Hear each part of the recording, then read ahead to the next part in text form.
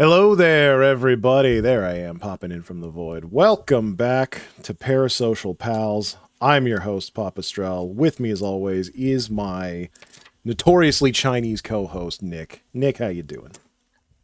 That's me, the 1/4 Chinese of this podcast. The all the Chinese we can handle, apparently. I'm back with a new mic. Did it pick up my sensible chuckle? It did. It did actually pick up your sensible chuckle this time. Yeah, I was mentioning to Andrew earlier that listening back on our podcast, there's a lot of dead air whenever Andrew tells a joke because I am a quiet, sensible chuckler. And it doesn't always pick up when I'm laughing. The fucking break point on your mic was too high. That's. I'll be keeping an ear out. Well, we'll add a laugh track in post in like 10 years. Oh god, yeah, we should totally do that. That's way more work than I want to do. Well, how have you been? What have you been up to the last week? Um, well, you and I have both been playing Pragmata, Mm-hmm. the latest in the dad game New series. dad game, now with less sad so far, which is a nice change.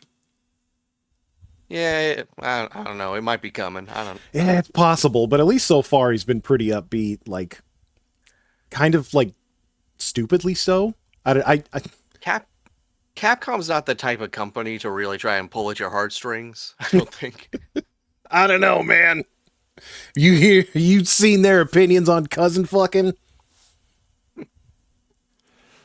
Well, listen, you can be taking your cousin out on a date in Ohio, perfectly legal. Go down to Missouri, and suddenly you're a felon. Which prefecture is that in Japan, Ohio? Is it all of them? The Teriyaki Prefecture. Yeah, that's where the best soy sauce comes from. You're right. Yeah, it's been all the video games came out. I've been playing Pragmata. My wife has been playing the shit out of Tomodachi Life. She's downstairs playing it as we speak. There's what? I feel like something else came out this week too. That Mouse PI game. I think that's the other big Oh one that yeah, came that out one. this week or last week. I just saw Germa streaming it, so it looks really good. It I looks th- really smooth. the one piece of discourse I saw on that one is that IGN gave it a bad review. Yeah, it sounds like something IGN would do. Yeah, I don't I'm curious what they really take disliked about IGN's it. opinion too seriously. Yeah, same. I was looking at the credits because the main voice actor sounds really good, and I thought it was like Troy Baker or someone, but it's actually just an incredible simulation. That game is very Polish. I Polish names all over the credits, not what I was expecting. I feel like Troy Baker has what ascended beyond the small voice acting role niche, and now others are clamoring to fill it. Yeah. Well, surprisingly, Fred Tatasciore also made his way in there. That was the only name I recognized. Huh. He has not evolved beyond his niche. He will always be the Hulk and Hulk adjacent And voices. Tatasciore will take whatever he could get. You need God a big bless him. green man, you get Fred. Yeah. Unfortunately, It's like the hmm? if you need a cartoon animal, you get Frank Welker. Yeah, they're all cartoon animals. It's unfortunate that the credits don't list what characters they play. I was hoping to see who he was, but they sure do all sound like 40s caricatures. So maybe I'll pick it up one of these days. We'll see. There's so many fucking video games. Yeah, there's too many games. Yeah, I still haven't even picked up Monster Hunter Stories. Yeah, I started the tutorial on that, and I need to play it because I purchased the fucking deluxe edition. Yeah, you got the big boy edition. Um, so I'll get to it One of these eventually. days. That's fine. The longer you wait, the longer I can wait. But enough about video games. We're here to talk about something much more important, and that's old television shows, namely Star Trek. Somehow more nerdy than video games. We're talking about Star Trek. Some fucking how. Star Trek returned. Yes, so we watched the final episode of the original series season 1, Operation Dash Dash Annihilate exclamation point. Oh god, I forgot the dashes. Um, and after that, we watched the first episode of season 2, which is Amok Time. I didn't. Both of which are pretty Spock centric. Yeah, actually, surprisingly Spock centric, though for different reasons. Um, I I feel that this was about the point when the producers were realizing the people love Spock. the They want more Spock. the When people. Spock is not on screen, people should be asking where Spock. Where the fuck is Spock? And also, we need young men, but we'll get to that in the next episode. Young man. It's I didn't put it together at the time, but you saying Operation Annihilate is the season finale of Star Trek, I was like, man, I don't know about that. And it's not bad, but like the end of a fucking broadcast season of Star Trek is Operation Annihilate. I don't know. Yeah, I mean, budget wise, it seemed kind of expensive. There were a lot of new props, a lot of new Yeah, locations. they definitely had a lot of like sort of greatest hits of previous episodes in a lot of ways. But you can definitely see where the new budget came in on season 2. Oh yeah. Almost immediately they're going all over the place and talking to new people and Getting ahead of ourselves. Let's give the quick recap on Operation Annihilate, I suppose. yeah.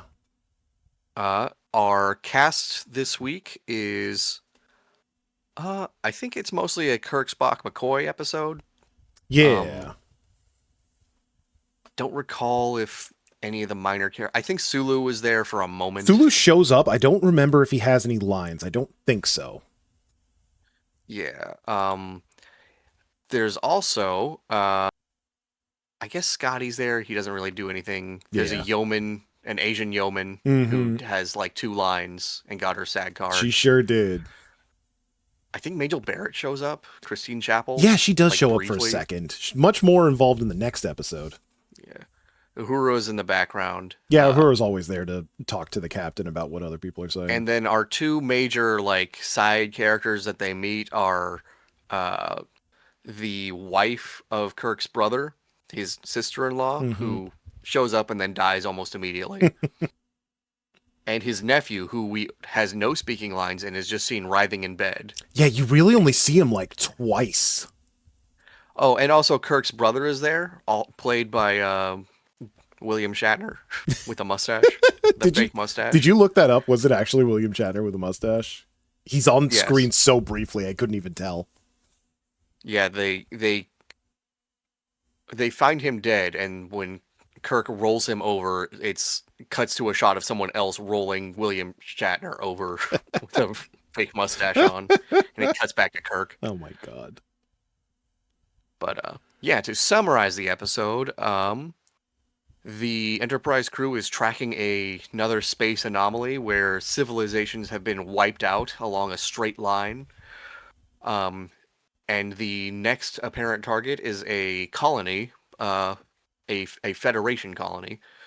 When they get there, nobody's responding, and they find a rogue ship heading into the sun, and they try to stop him, but there's no way. He's just going too fast. He's too fast. He needs that sun.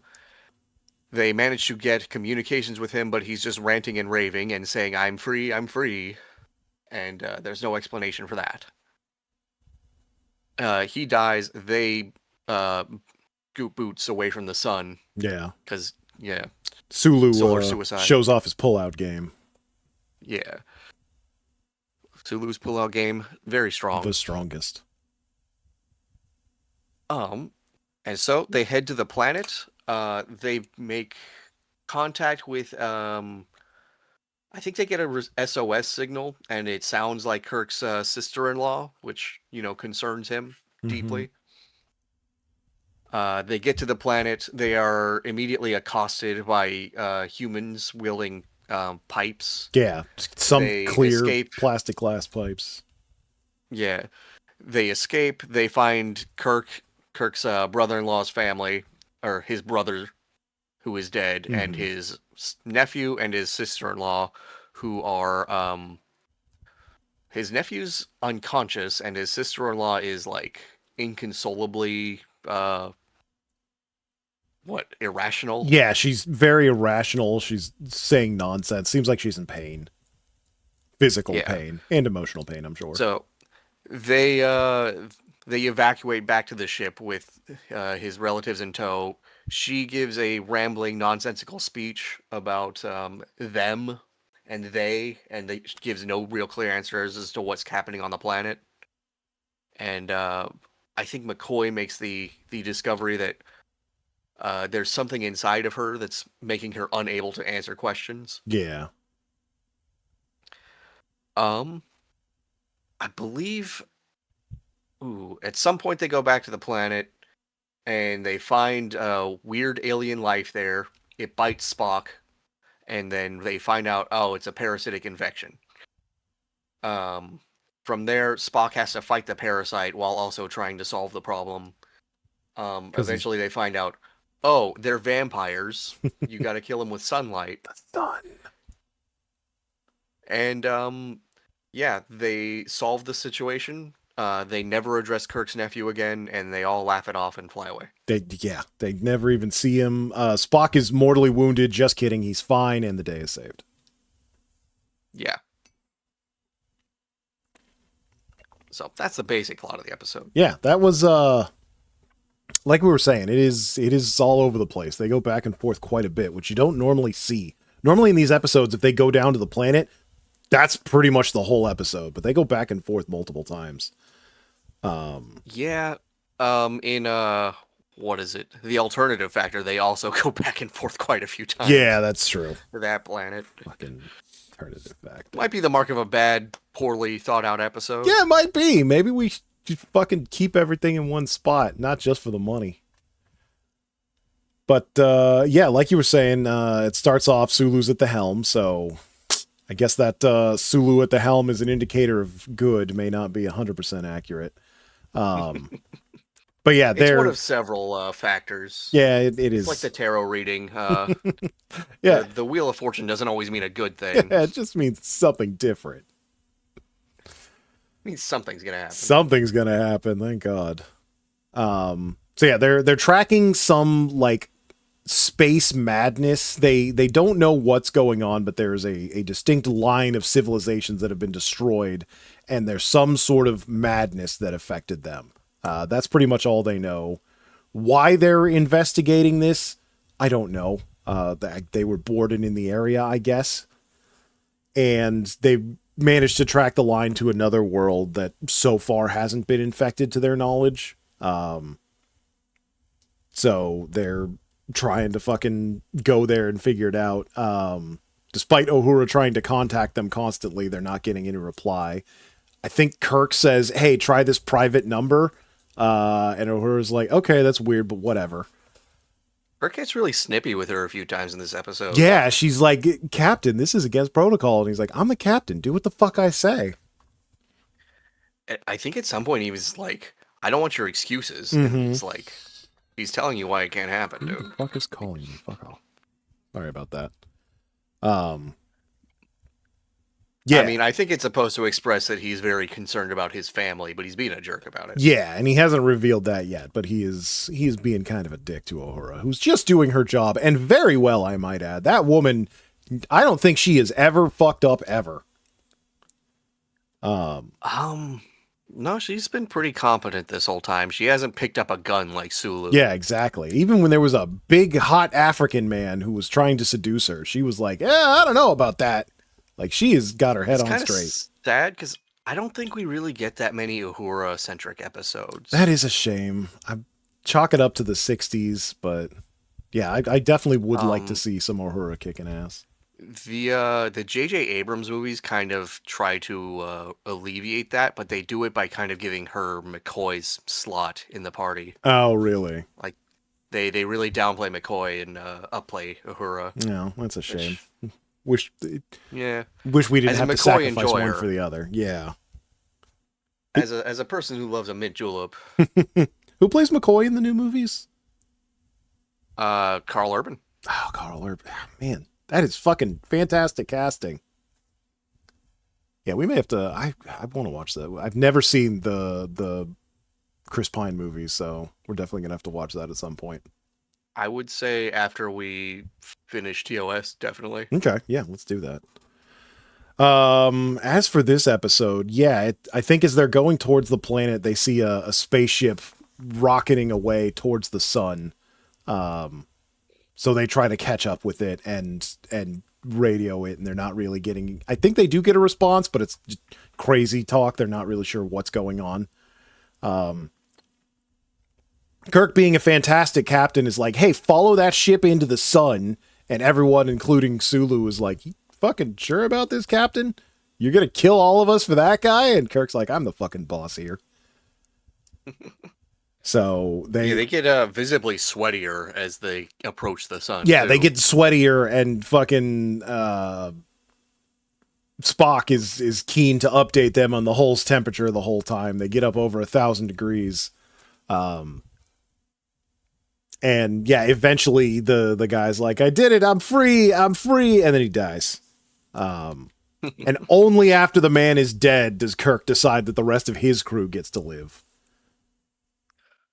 So yeah, I mean, it's very funny because later in the episode, he grapples with like, "Am I gonna have to kill 1 million people to save the rest of the galaxy?" Mm-hmm. Just minutes ago, he was killing your whole crew to save one guy. Sure, why not? Just to maybe save one guy. And why didn't they just beam him aboard? Like, that is a thing that they could do. They have done it before if he was that concerned. Maybe he was moving too fast. Maybe. Could be. But, yeah, that guy dies. They pull out of there. I think that's when Kirk reveals that his brother, who was also the sole survivor of a genocide, I think you pointed out.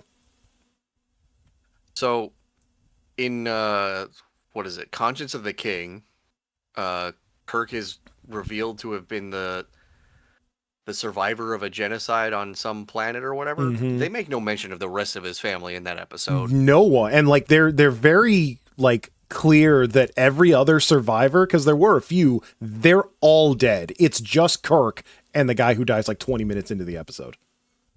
Yeah. Who was like a brother to him. Mm-hmm. Didn't have a real brother. Oh, wait, yes, he does. So, yeah, Kirk's backstory is a little nebulous. It's understandable. We're just sort of making up whatever we want at the time. Yeah, they just made up a brother here. Yeah. I believe his brother's name is Sam. Yeah, Sam. A lot of brothers named Sam. I was just thinking about Uncharted. I think later they, in the movies, his brother's name is George. So they just love swapping around names because fuck it. I mean, maybe George was James R. Kirk's brother. Their father, James R.R. Kirkin. If you remember from Where No Man Has Gone Before, his tombstone was James R. Kirk. James R. Kirk, despite everything I've ever heard saying his middle name is Tiberius, but whatever. Cool ass middle name, by the way. More people should be named Tiberius, just saying. It's a real, what is it, marble statue guy name. Yeah, very future sounding. Anyway, what happens next? After that, they finally get a call from Kirk's sister-in-law on that special line that he gave Uhura. They get a little bit of information. There's something. They're attacking. We're helpless to stop them. They're forcing us to work. And then the call ends, and Kirk is like, "What, Uhura? What are you doing? Reconnect immediately." And Uhura's like, "She disconnected, boss. Ain't nothing I can do about that." So, like, I don't want your excuses. I don't want your excuses. I want results. Kirk being a bit of a call her dick, back until she answers. Yeah, I think that's literally his next line is just fucking call her back till she answers. But yeah, so after that, they resolve to go down to the planet and see what's going on. So they do. They get their usual landing party: Kirk, Spock, McCoy, and a bunch of red shirts. Spoilers, the red shirts are gonna be just fine, actually. I don't think anything Yeah. happens to them. We have yet to see what gave the red shirts their reputation. Ah, okay. Well, I mean, like, just in general, the last time we got real red shirt mayhem was with that fucking robot, like grandma robot Speaking of robot, your voice is in getting a little robot-y. I don't know if it's the internet or oh, what's going on. uh, Okay, I think it's good now. is it okay? Yeah, the grandma robot from what is it? What are little girls made of? Yeah. That's the last time we got a bunch of red shirt death in like one thing. Yeah, that's oh, maybe that episode with Spock. That's a little different. Yeah, a little bit. So yeah, they beam down to the college campus because that's where we got the rights to film this time. Yeah, it was like a college campus. They shot it from the roof to give some establishing shots, and they just put like playground equipment on the top. Yeah, it looked super weird, like almost like real stuff, but just like weird architecture. I think it was just trying to make it look futuristic. Yeah, it definitely looked odd, which is probably the best they could do. But it was very obviously a college campus. It looked like they were near the pool. We saw a couple of like staircases that would have looked great in Tony Hawk. Oh yeah, you could have fucking grinded on that shit just all fit day right long. in.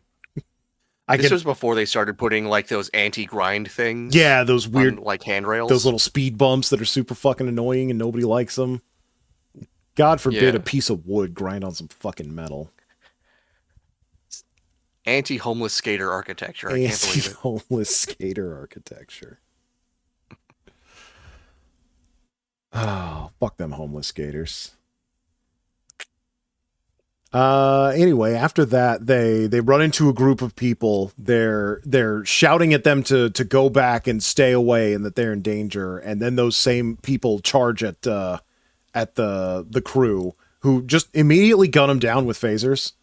I think when the people first show up, they're shouting like "Get out of here!" Yeah, like their actions do not match their words. Yeah, they're trying to warn them while attacking them.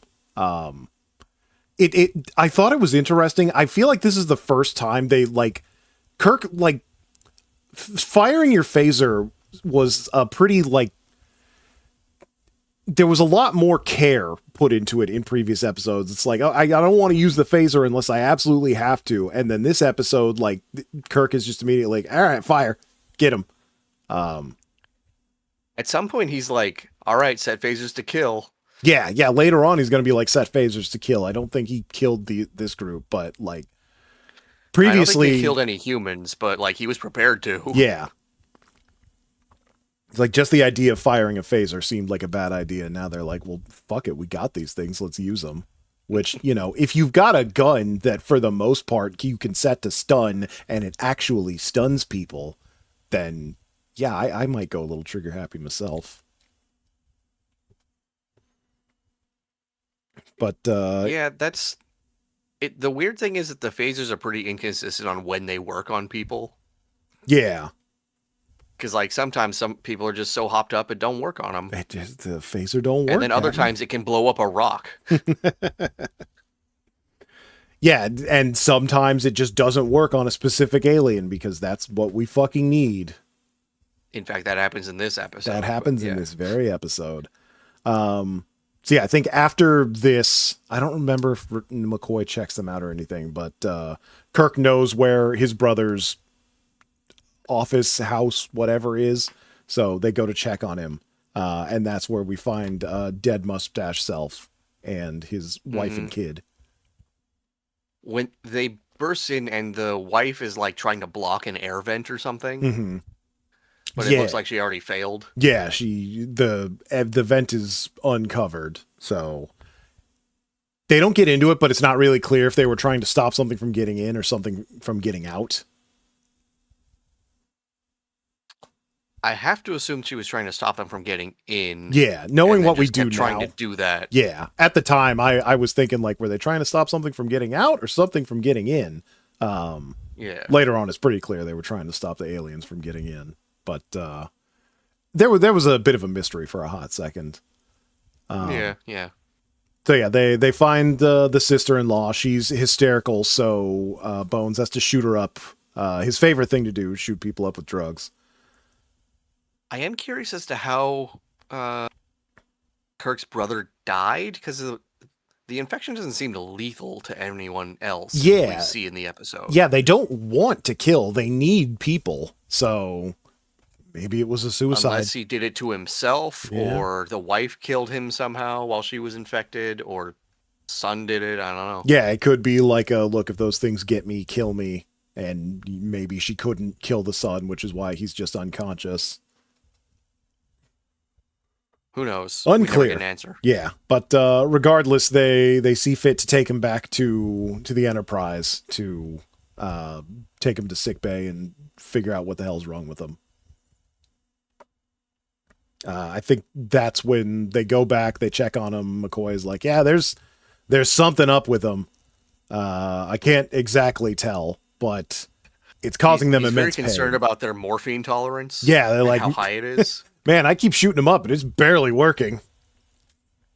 Because he's like, man, my favorite thing to do, shoot people up with painkillers, is not working in this situation. Yeah, I'm all out And he of points out ideas. the like the what meters on the like med bay thing, Mm-hmm.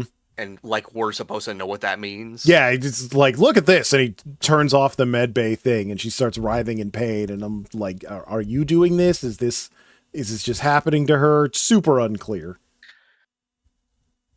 Yeah, we don't really know what the meters mean, but I think one of them correlates to pain, and it's really high up there. Really high up there, fucking practically off the scale. So she gives them a little bit of information. Something showed up like 8 months ago. Things, she kept saying things. I feel like I was playing a fucking JRPG. That guy. That man. Doesn't specify what it is, and then eventually she just becomes overcome with pain, and they manage to knock her out again. I think she dies at some point. Oh yeah, I think she dies off screen. I think like the next scene they're in the bridge, and McCoy shows up and like, yeah, she's dead, Jim. Yeah, Kirk is repeatedly telling McCoy, do everything you can, save them at any cost. Yeah, multiple times in this episode. Save the boy and my sister-in-law at any cost. Ah, she's dead. Ah, fuck. So yeah, after that they puzzle out, okay, there's something on the planet. We need to go back there and find it because it could be affecting everyone on the planet. So then they go back down to the planet, and Kirk is like, all right, set your phasers to kill, which again, like, they have been to other planets with hostile life forms, and Kirk did not immediately go set phasers to kill. Very gung-ho in this episode. Well, I mean, they did kill his brother. They did kill a couple of people. Yet it's not like the rock monster killed a bunch of people and they fucking held off on that, but whatever. Well, none of those people were people that Kirk cared about. That's true. So. None of them were related to James T. Kirk or James R. Kirk, whoever. I think they follow the like buzzing noise. Yeah, there's a buzzing noise, which is super weird because when they find the aliens, they're just like fucking square snot rockets smeared across the fucking walls. Don't know why or how they're buzzing. Oh yeah, I think while his sister is like writhing in pain, she kind of explains the creature's motivations a little bit. Yeah, like, she says they're forcing them to build ships. Build spaceships. Yeah. To spread their thing. Mm-hmm. Which explains the like line of civilizations being destroyed. Yeah, they're basically Yeerks from Animorphs. Exactly. Except with less control. God, I haven't read or watched an Animorphs in fucking forever. You'd be surprised how many things are just Yeerks from Animorphs. Yeah. Well, apparently not even Yeerks are Yeerks from Animorphs. They're this thing from Star Trek. Nothing is original, yeah. God damn it. So yeah, we find the space snot. They shoot it with their phaser, but it doesn't kill it, and then it attacks Spock. Yeah, like latches onto his back. Yeah, latches onto his back. You can kind of see the string pulling it. It's really funny. You see like Kirk, quote unquote, struggling to pull it off of him. Mm-hmm. Yeah, it seems to be on So there to real just good. to give a description of what these things look like, imagine if you like took the roll off of a pizza roll. It's just the inside of a pizza roll. I was thinking, imagine if a fucking Chef Boyardee ravioli was made out of jellyfish, but that's also pretty good. Yeah. Well, I think later they described them as a single cell life form, Yeah, a like as a giant. giant amoeba. Yeah, which I guess is, yeah, there are like large single cell organisms, maybe not that large, but this is space, whatever. Yeah.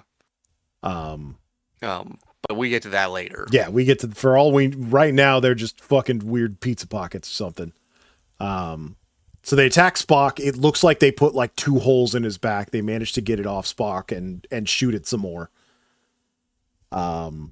And then they're like, well, we got to get Spock back to the ship and figure out what's up. So nobody else is attacked, Yes. which is weird. You think those things would have Spock gone makes the more point ham. that they should grab one to study it, but they don't get a chance to do that because he gets attacked, and Kirk doesn't want to like stick around. Oh, yeah, I forgot that they did that. I thought that wasn't until later when they were like, we should grab one. But yeah, he says they need to study it, and Kirk doesn't want anyone else to die on his watch. And then I think we get the surgery scene. Yeah, so we go back to the ship, and Spock is immediately in surgery to try and figure out what's up with him. Yeah, I think Nurse Chapel is being really queasy about it for some reason, and McCoy's like, "Do your job or get out." Yeah, it's like fucking I think like he opens him up and looks inside, and she assumes that he's gonna like do more, and he's like, all right, close him up. She's like, what? You're just gonna close him up? You're not gonna do anything? And he's like, shut up and do your job, or get someone in here who will. Very aggro being episode. very rude to the women on this ship. Yeah, I was just thinking that. Like, they're very really mean to women today. Maybe these creatures make people misogynistic. Yeah, just their mere presence. So yeah, they close up Spock, who, like, despite them trying to sedate him, keeps waking up during the surgery. Yeah, I think. Well, Spock is always a special case in every single episode. Yeah, so. But much like Kirk's sister-in-law, they seem to be resistant to painkillers. Yeah. Not resistant to pain, though. Yeah, not resistant to pain, as it turns out. So after that, McCoy goes to the bridge to talk to Kirk, and he's like, hey, I managed to pull out some of the tissue from Spock. There's a bunch of tentacles wrapped around his brainstem. That's probably not good, but I don't actually know what it is. He's a jar that has what looks like jellyfish parts in it. Yeah, I can't tell if it's like a fucking, like, a glass noodle or a jellyfish, but there's something in there. Yeah. But yeah, these creatures basically infiltrate the, like, nervous system and just apply pain whenever the host isn't doing what they like. Mm-hmm. Yeah, I don't remember if they talk to Spock first, but at one point he, like, comes to the bridge and, like, tries to take control, and it takes, like, everyone on the bridge to fucking sedate him. Yeah, I think that happens pretty much. I think that happens pretty much immediately, because then they take him back and they're like, all right, put some restraints on him this time. I think they get a call to say Spock isn't in the med bay, and then Kirk immediately gives like the red alert, hey everybody, set phasers to stun, take down Spock, and Spock shows up on the bridge immediately. Spock shows up on the bridge right after he makes the call. Like, oh, never mind, belay that, we found him. But yeah, like throws Sulu out of his chair, and he's clearly trying to take control of the ship, but the combined power of fucking 6 bridge crew managed to wrestle Spock away from the controls. Because remember, it's very funny when you consider the next episode where Kirk is like 1v1ing him. Yeah, seriously. Because Vulcans are just so strong and cool and way better than regular bitch-ass humans. Yeah, they're space elves. Yeah, they're space elves in every way. So yeah, they managed to get him back to Med Bay and put fucking seatbelts around his arms. Hey, this is probably the strongest man on the ship, and we need to keep him restrained. Just get some fucking vinyl seatbelts. Whatever, who cares? I know, not even gonna use like tritanium or something. Yeah, not even like pretend metal or anything. Just fucking seatbelts. I think that's when they question Spock, and he's like, "Yeah, I got control of it. They're hurting me pretty bad, but pain is a mental thing, and since I'm a Vulcan, I can control that. So it's fine. You can release me now. You can take these off. I'm fine." Yeah, he's really doing the like, hey man, mind over matter. Yeah, I can take it. I can And take Kirk's it. like, I don't know, Yeah, man.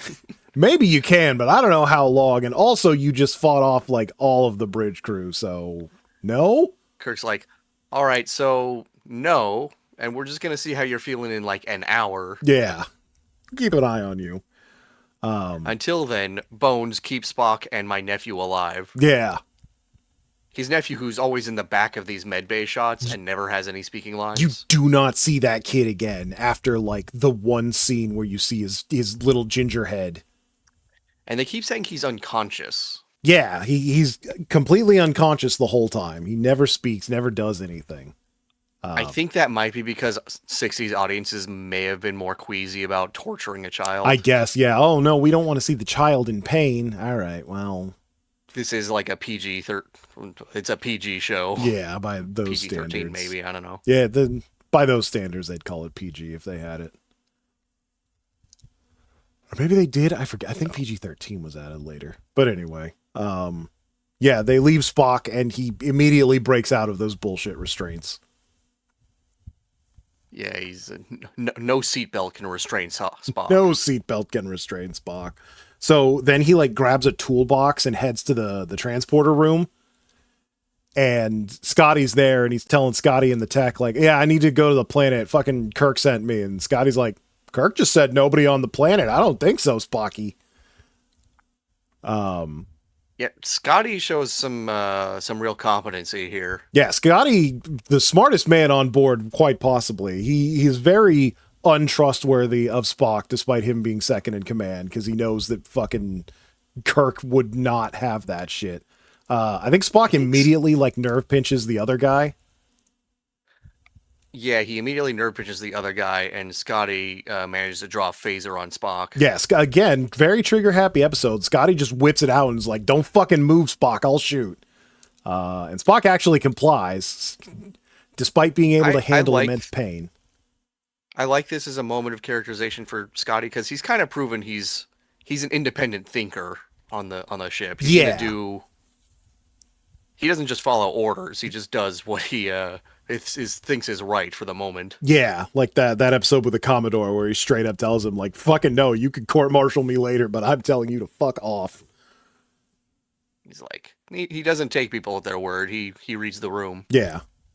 And even more surprisingly, I feel, he radios Kirk that Spock is there, and nothing happens. Kirk just comes to get Spock. I thought for sure he would try to make a move on Scotty, but I think they both know somebody'd get shot.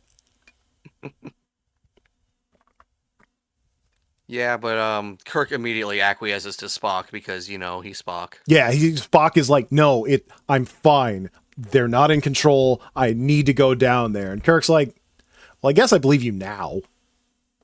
And, like, this is something we already know about Spock's character, but, like, if he thinks he's right, he's going to do whatever the fuck he wants. Yeah, pretty much.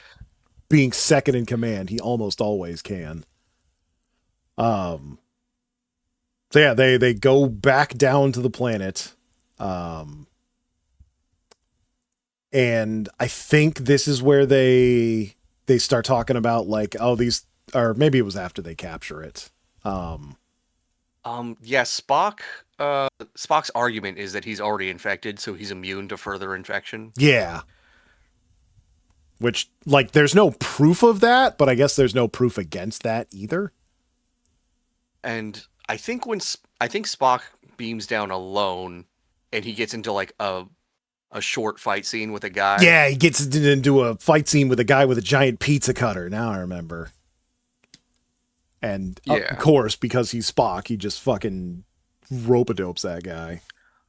Also, we get a lot of really good acting from Nimoy because he's saying that he has the pain under control, but you can visibly see him like wincing. Yeah, very slightly. It's not overblown. It's not like some of the other acting we've seen from Kirk. It's very subtle, but he's clearly in pain and doing his best to hold it back while being in control of himself. And then I think after the fight scene, he like doubles over in pain a little bit, and Yeah. then continues. He's like, oh, that one really hurt. I'm Spock. Um, I think he manages to go and get a creature and just bring it back. Yeah, it immediately wipes to him in the lab with the creature under a petri dish. Yeah. He's like, yeah, that was easy. I'm fucking great. Um, Uh, I think we made a joke about how similar these creatures are to the astrophage from Hail Mary, because they're yeah. like immune to all radiation and heat. Yeah, they're like, all right, we need to find a way to kill these without killing the host. And they're like, well, we tried heat and radiation, which would kill a human anyway.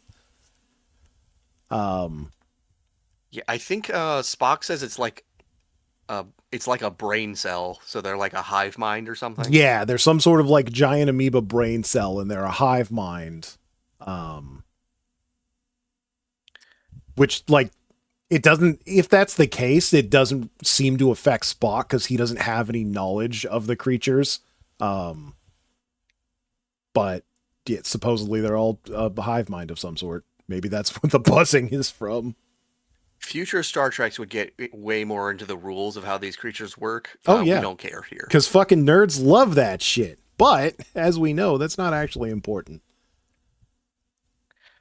Um, I think that, but yeah, I think they're like having a roundtable discussion on like what the hell they can do about these creatures and like what they figure out that the man on the ship probably managed to kill it, and like what did he do different from what they've done? yeah, they're like, he said he was free, so it seemed to imply that he killed it. What did he do? He flew into the sun. Okay, well, what's the sun? Well, it's really hot and it's got a lot of radiation. Well, we already tried that. It's got gravity. It turns matter into energy. Kirk's like, no, it's the one thing that we haven't thought about. It's bright. You were thinking gravity, and I think your idea was better than theirs. I think so too. I was like, all right, it's like, because I guess you can heat up a box to 9,000 degrees and it not get super bright, but I feel like it would have got kind of bright. But yeah, despite my idea, and especially because they kind of seem like they don't really have a lot of cell structure. So, if there's a little too much gravity, they just sort of collapse on themselves. But no, they're fucking spaghetti ravioli vampires, and you got to kill them with light. Yeah, I think they do mention that the creatures were only seen indoors. Yeah, away they're from like, the oh bright yeah, they always sunlight. kept to the shadows, so yeah, maybe it's light. So then they go back to the test chamber and they're like, all right, just hit it with a really bright fucking light, and they do, and it just fucking roasts. Yeah, they roast it with a. How many candles did they say? 1,000,000 1,000 candles per 1,000,000 candles. square foot or Square square inch. inch. Quite bright. Yes, if you're familiar with candle power, that's a lot. So yeah, they put Spock volunteers to be the guinea pig for this. Will it free the people? Yeah, because now they're like, okay, well, we know it kills the aliens, but can we kill the aliens without killing the people? And Spock is like, well, there's only one way to find out. You got to test it on me. And then McCoy's like, all right, I'll whip up some goggles to keep you from, being blinded. And Spock's like, oh, the people down there aren't going to have goggles, so we need to find out what's going to happen. Yeah, which, like, scientifically, yeah, that's true, but, like, it sucks, I guess, bro. See, what I don't understand is how this would kill, like, the tentacles living inside the people. Yeah, Unless the light is just that bright. yeah, it's like, and will it hit the people indoors? Like, how are you gonna make sure that everyone is awash? Don't worry about it. And assuming it's like sunlight, that there's gonna be some radiation, there's gonna be some sunburns. But whatever, Yeah. I guess I'd rather be sunburned than fucking with a parasite in my brain. Yeah, I forget what, like, mumbo jumbo they say they're going to do, but they're, like, going to set up, like, a satellite array with, like, some kind of phosphorus burn. Yeah, they that'll create a bright enough light around the entire planet to kill everything. Some real Star Trek techno jargon, which honestly we haven't gotten a lot of, despite it being like meme levels of apparent in other media.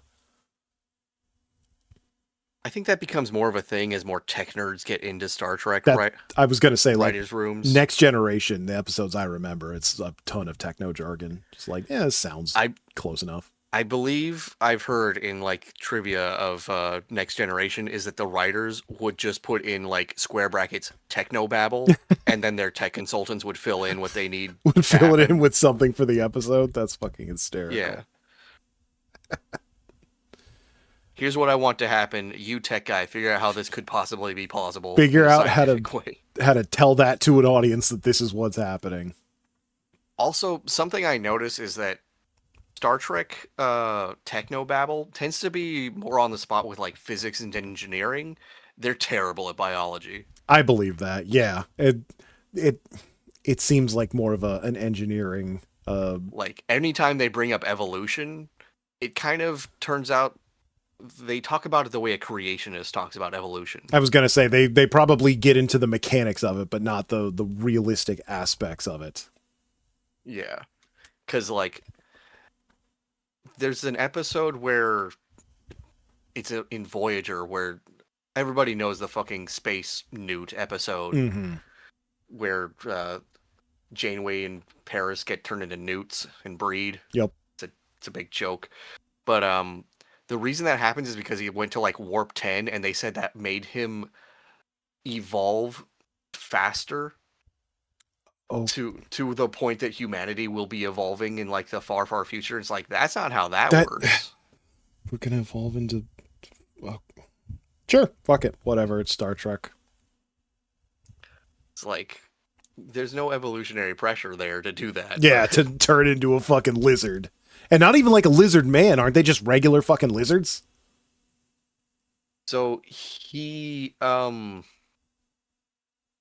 throughout the episode, he's like turning into a lizard man. Oh, okay. And then at some point, they just end up as full lizard.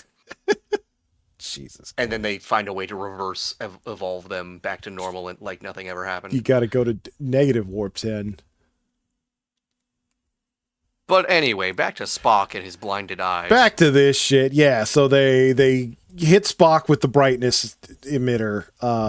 And he's like, "Yeah, I can. It's gone. Fuck, I'm blind. I can't see shit." Yeah, Spock walks out the door like nothing happened, like he's a fucking tough guy. Yeah, like the guy who just tasted da bomb on Hot Ones, and then immediately stumbles like the guy who tasted da bomb on Hot Ones. Maybe rubs it on his nipples a little bit. Yeah, he's like, I'm quite blind. Oh, turns out I'm pretty blind. And then almost immediately they figure out, oh, we didn't have to use the blinding light. We just needed infrared light. Oops, sorry, Spock. Yeah, I think like either as a result of this test or some parallel test, they find out like, oh yeah, we could have used like ultraviolet light instead. Yeah, it kills them just fine. Wouldn't have blinded you. Spock's like, well, that sucks, but this is how science works. Kirk seems really pissed at first, and then like minutes later, he's like, McCoy, it wasn't your fault. Yeah, and mind you, McCoy before this didn't want a human test on Spock and wanted to give him goggles, but it's not McCoy's fault. Yeah, this was your order, Kirk. You are the one who told me to blind Spock. Don't fucking tell me it's not my fault, motherfucker. But yeah, they set up the ultraviolet array around the planet. It works, I guess. They don't contact the planet to check. I think Uhura mentions like some sort of radio or something. Yeah, I think after that, like, they find out, oh, Spock's all right. He has an inner eyelid. Yeah, thing. Spock walks in afterwards, and it's like, wait, you're not blind anymore? And he's like, no, Vulcans have a inner eyelid. It's so common, I totally forgot about it, but I'm fine. It's like, wait, didn't it roast your optic nerve? No, I'm fine. Shut up. I think Kirk makes a joke like, oh, that must have been very emotional for you. And Spock's like, it was. The first thing I saw was McCoy. Yeah. McCoy's like, well, obviously you can't appreciate real Georgian beauty. And then they forget about Kirk's fucking nephew and fly away. Yeah. Never to be spoken of again. Yep. I don't believe that his nephew will ever come up again. Which is weird because he got like a full face shot. It seemed like he was going to be super. Maybe he was a big child actor at the time. I don't know. Didn't look familiar. I doubt it. Yeah. Oh, so I'm looking at the never mind. No. Wrong actor. Yep, wrong actor. Okay. No. Yeah, that's pretty much Operation Annihilate. I guess they briefly talk about we'll have to destroy the planet, and that's Kirk like, no, I can't destroy a million lives. Kirk very, very briefly has a moment where he's like, hey, if we can't figure this out, I'm gonna have to blow up this planet to keep it from spreading. Mm-hmm. And then he decides not to do that. He's not doing that. Yeah. And I think like Spock agrees, and McCoy is like, oh, so it's okay to kill 5 lives to save 10? I think we were joking that like Spock does not see the trolley problem; he sees the trolley incident. Yeah, this is just already solved. This is a trolley thing that happens on Vulcan all the time. It's not a problem. You only kill the one guy. Come on, it's not that hard. The problem has been solved. It's the trolley theorem now. Yes, when there are 5 people and 1 person, you run over the 1 person. You run over the one. Discussing Get this. 1 smaller than 5. Come on, keep up. I got Vulcan shit to do. You're wasting time deliberating on this when it's already been solved. Come on. But yeah, that's kind of the most philosophical they get in this episode. Oh yeah, the one other thing I noticed is so Kirk's nephew is a ginger. Mm-hmm. Kirk's brother has the same hair color as him, and Kirk's sister-in-law was a brunette. So I don't know where those genes came from. Yeah, he must have got all the flawed recessive genes or something. Because, yeah, there's not an ounce of red hair in that family. Would you describe Shatner as a blonde? Maybe a dirty blonde? Maybe a dirty blonde. It definitely, you don't see it very well in this picture that I have on screen, but he's definitely a lot blonder in the show, so. Yeah. I doubt it was, in fact, I'm sure there are other older pictures of William Shatner where he's kind of blonde. Or at least dirty these blonde, days he's just gray. Yeah, I'm hoping for something maybe from like 20 years ago. People's hair tends to... It's hard to say. It definitely, maybe it got lighter as he got older. But yeah, it definitely looks like not fully brunette. Yeah.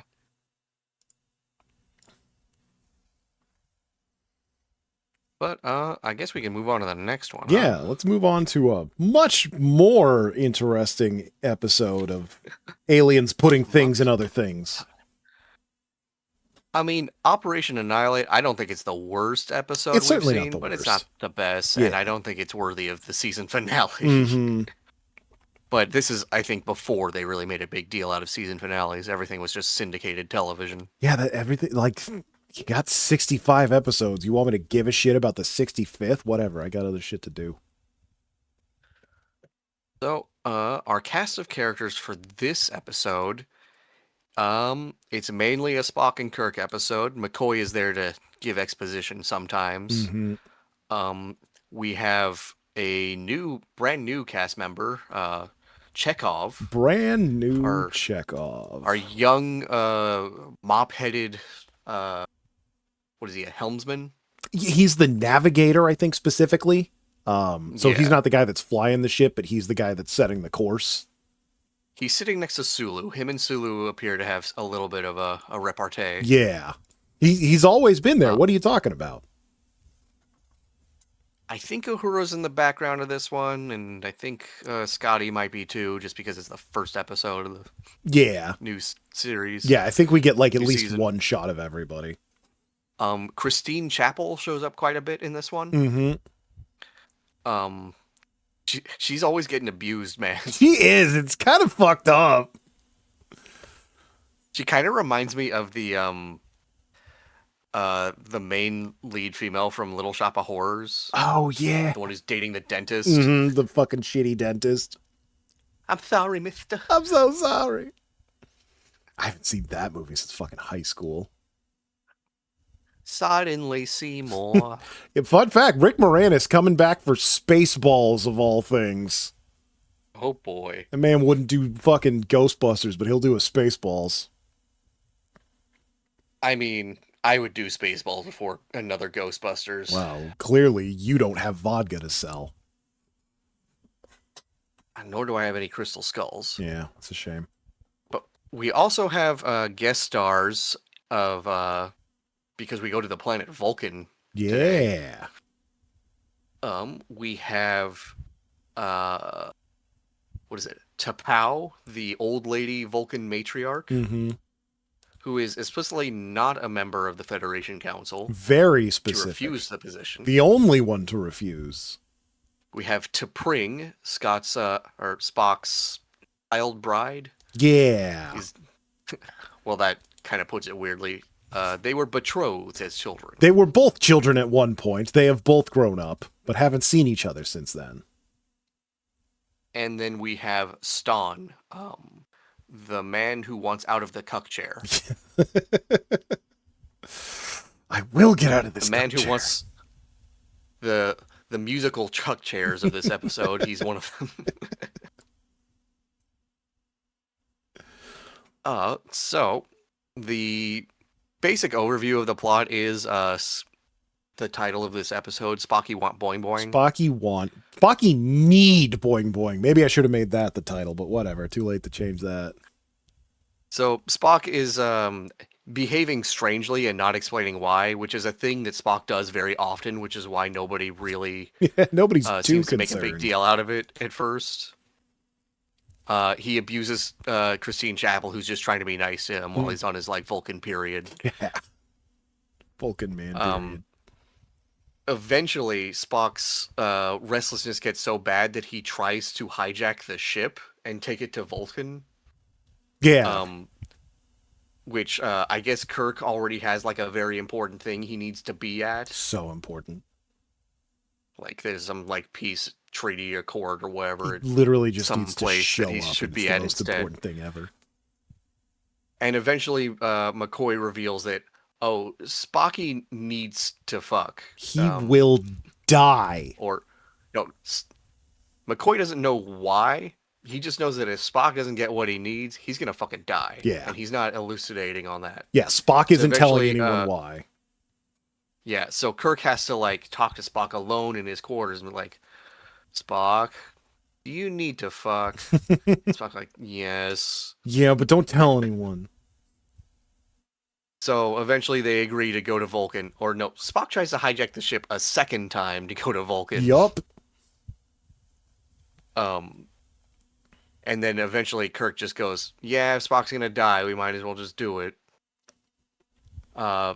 And it is then revealed that Spock has a wife who he has to do a ritual combat, or he must perform a ritual to make coitus with. So they beam down to the planet with Spock's two best friends as part of the ritual.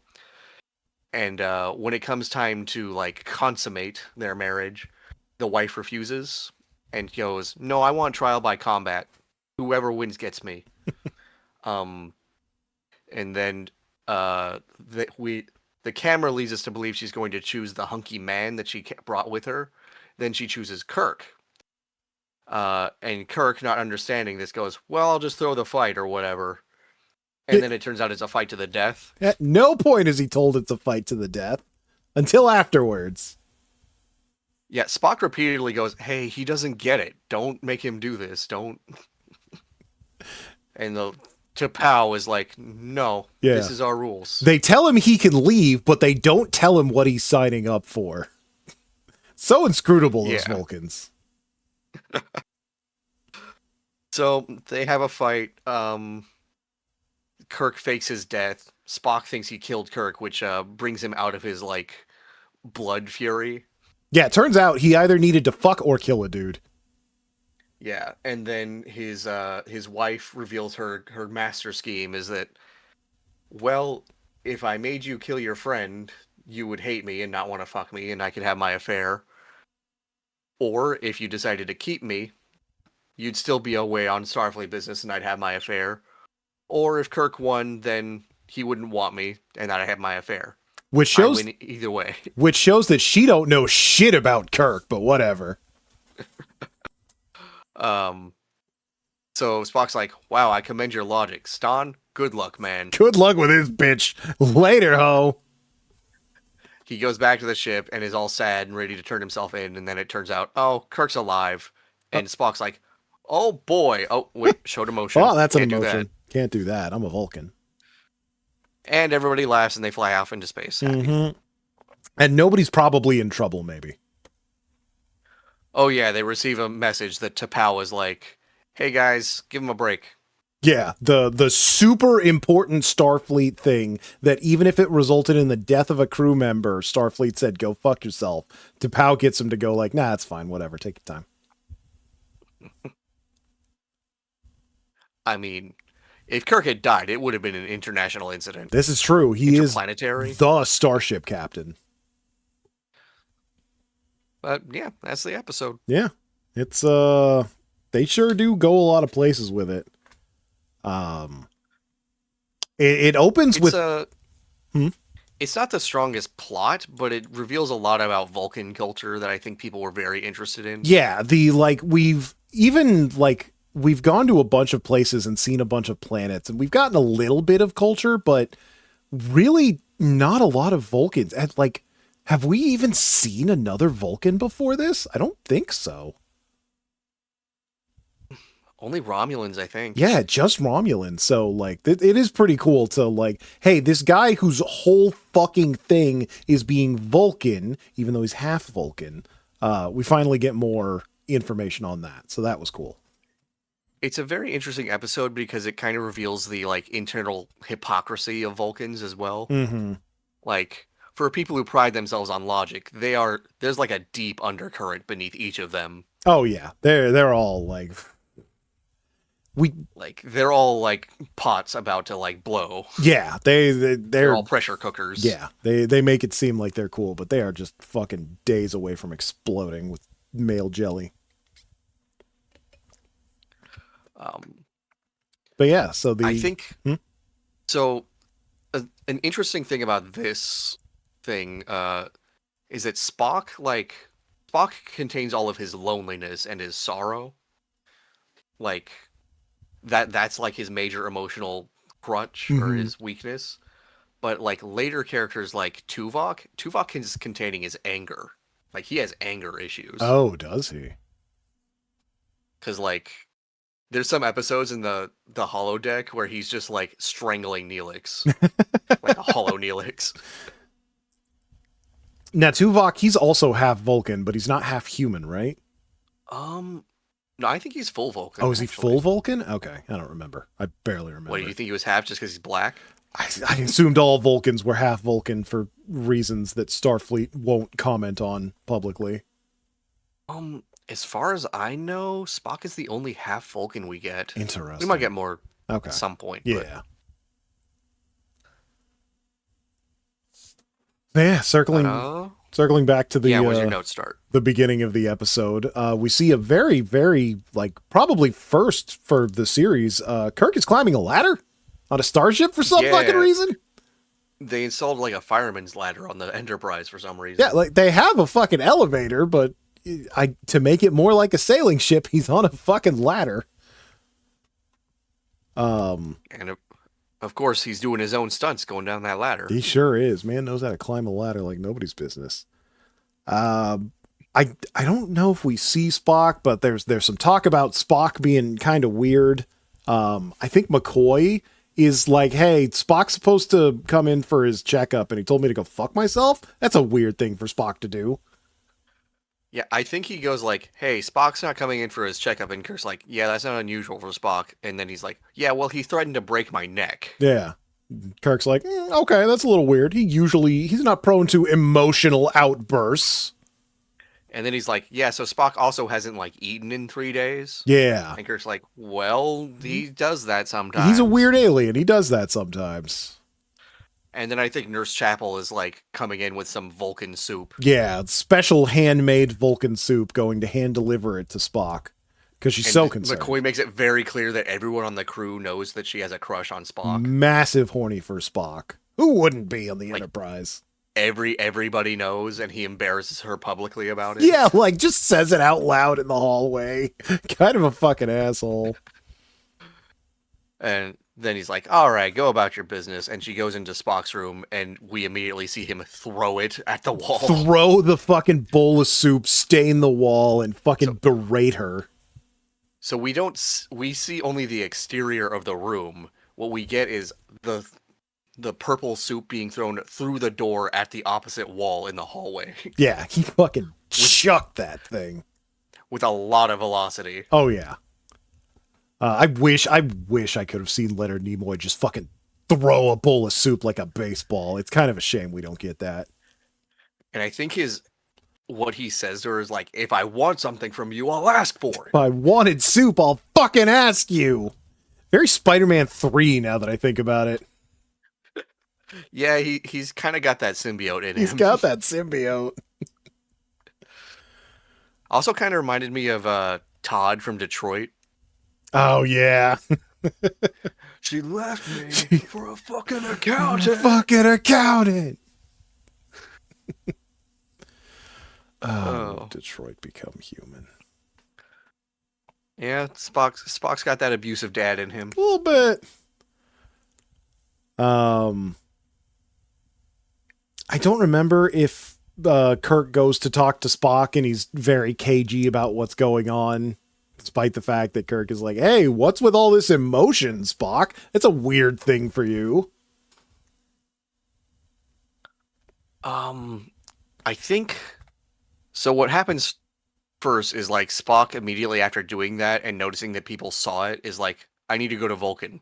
Oh yeah, he's just like, Captain, I need to go to Vulcan. Fucking, can I have leave? Yes or no? And then Kirk is trying to ask questions, and he's like, I asked you yes or no, motherfucker. It's like, bitch, you ain't the captain. You don't get to talk to the captain like that, no matter who the fuck you are. Yeah, I think Kirk at first goes, yeah, let's go to Vulcan, and then they get the message being like, Kirk, you gotta go to the inauguration ceremony or whatever. Yeah. Kirk is like, okay, that's weird, but whatever. We got a thing we gotta be to, but it's not for like a week, so we can make a stop at Vulcan. And then they immediately get a call from Starfleet and is like, yeah, that thing's been moved up a week. You need to go right fucking now. And then I think Kirk is like, all right, we're going there. And then he asks Chekhov, like, hey, so if we went at like max speed, how fast could we get to Vulcan and get back on course? Yeah. And Chekhov's like, Spock already told me to do that. Yeah, he's like, we're already on a course for Vulcan. That's what Spock said. But imagine I said it in a more Russian accent. We're already on a course to Vulcan. To Vulcan. Yeah, I don't think his Russian accent is very good, but I'm very curious where he's from, the actor. Walter Koenig? I think he's just American. Yeah, but yeah, so I think after that Kirk like does the teacher thing of Spock, meet me in my office. Yeah. Like he doesn't call him out on the bridge. Yeah, he doesn't call him out on the bridge. Happening. He doesn't immediately like set the course back or anything. He's just like, all right, we need to have a talk with Spock. Also in the turbo lift, Spock is like, I don't recall doing that, but I believe you. Yes, which with the previous episode, like it's very possible. Yeah, it's fucking. My mind was taken over, Captain. I would totally believe that if I were Kirk, but like, pretty sure he's lying through his fucking teeth. Yeah. Oh, also something we noted when that happened, like Spock was looking through the like, what is the ship microscope, the telescope or something. Yeah. And as soon as he left that position, Chekhov took it up and like, is it really that important to be looking through that thing? Yeah. Spock is on the bridge looking at the telescope thing, his job, I guess. And as soon as he leaves to go talk to Kirk, Chekhov jumps on it. Like, I thought you were the navigator. Why are you doing science shit, dude? Like, I don't know what that thing is or what it does, but it's apparently important enough that it needs to be manned at all At times. all fucking times, yeah. Yeah, that was weird.